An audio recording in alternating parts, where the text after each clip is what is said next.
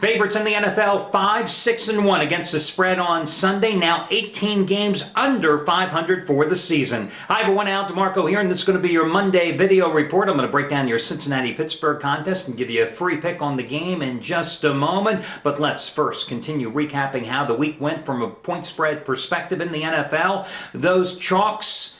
Bad day at the ranch. The home favorites, 2-3 ATS yesterday. They are 12 games under 500 so far this year. Road favorites, such as the Steelers tonight, 3-1 ATS yesterday. They are 7 games under 500. And guys, so far this season, the underdogs going into your Monday night game, the underdogs have owned the betting board, covering and winning 7 of 9 weeks so far this year. 7 of 9 weeks the dogs have delivered. That's why they're 18 games over 500 versus the odds makers. And I've got to tell you guys, as a professional handicapper, a guy who's been in this business for over 25 years, and as a guy who's gambled since, well, a hell of a lot longer than that, I have never seen underdogs go on such a sustained roll for such an extended period of time early in the season. I've seen dogs go on some great 4 to 5 weeks runs somewhere in the season, but never from the opening kickoff in September. Here we are, the season's midway point, and the dogs have ruled the roost 7 of 9 weeks so far. Now, here's an interesting trend, and I always like to point this one out. If you had that magical crystal ball that you could simply pick the straight-up winners of games, you have won a bloody fortune. As if it was always this easy, guys, right? Straight-up winners, 103 wins, 21 losses, 4 pushes against the spread so far this year. 103, 21, and 4. You shouldn't be surprised. They covered it a 95% clip in preseason action. Last year, preseason, right through the Saints Super Bowl victory, they covered an 82% clip. They're even ahead of the pace right now. Going into tonight's game here in just a moment, but first, a couple of props I've got to hand out. Anthony Redd. Congratulations to him. Yesterday, part of a 4-0 NFL sweep that netted him and his customers 175 dimes of profit on Sunday alone. Cashed in with his second ever 100-dime play, a winner, as the New York Giants absolutely smoked Seattle on the road. Also, kudos going out to Craig Davis, cashing in with his 4th straight 100-dime NFL release and second in as many weeks. The Saints in a road blowout of Carolina. Congratulations to Steven Nover for the 6th time in his 17 years as a professional handicapper. 16 of those 17 seasons, winning seasons in the NFL. He cashed in with a 100-dime play as he scored yesterday as well in the NFL. The Chicago Bears. Wise move by Steven. The line was Surrey. He told you all to buy down the half point, just like I always suggest you do when the line falls on 3, 4, 7, and usually 10.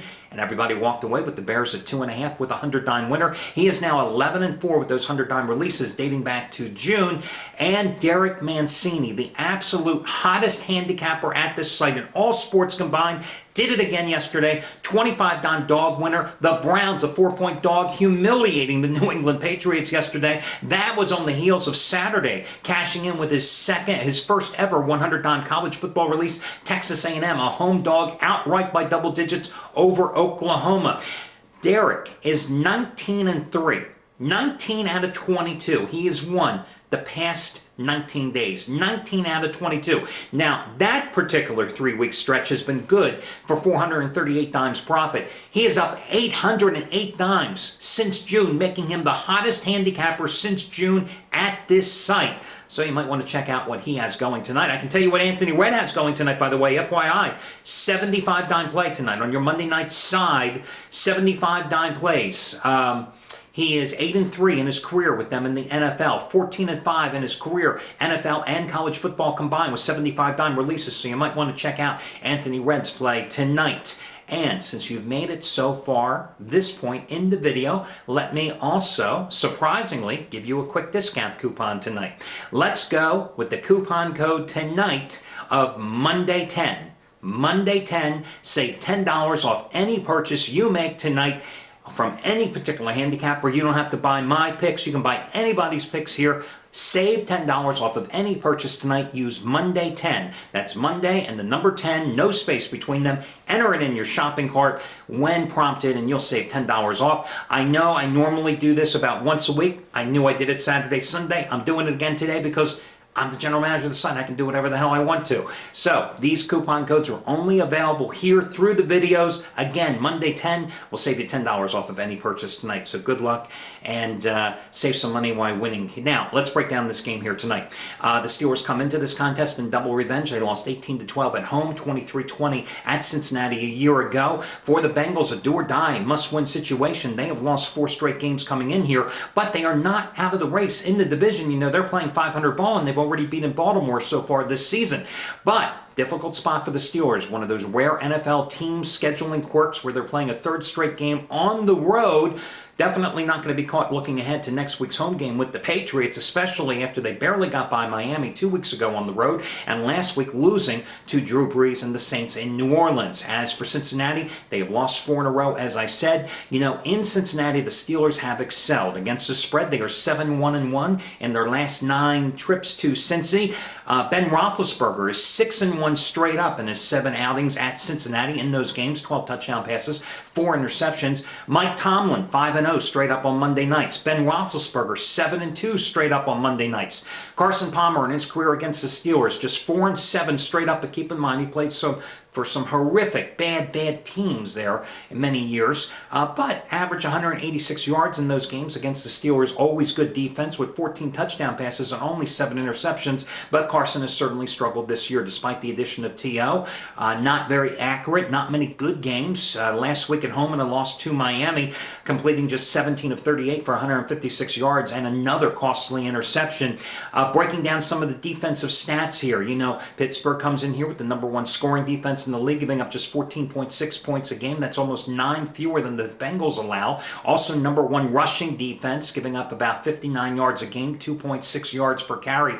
But they're vulnerable to the pass. Ranked only 25th in the league against passing quarterbacks here this year, giving up a number of yards here lately. Couldn't stop Drew Brees in the second half last week when Brees completed 20 of 22.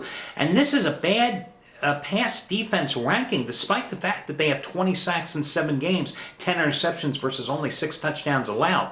So teams can't run on them. They've got to throw the ball, and that's going to be the key for Cincinnati if they expect to win tonight. Now, as for Pittsburgh, they're going to be taking on a Cincinnati defense that has been respectable against the run, and that's important because the Steelers have averaged 162 yards on the ground in their last 9 visits to Cincinnati. That's the good news. The bad news is Rashard Mendenhall really hasn't been in the offensive flow here for the Steelers of late. Last 4 games, averaging just a shade under 59 yards a game, or 67 yards a game. So he has certainly struggled here, especially with Ben Roethlisberger back in the lineup since returning from his league-imposed 4-game suspension that he kicked off the season with. One area where Cincinnati has really struggled, their pass defense.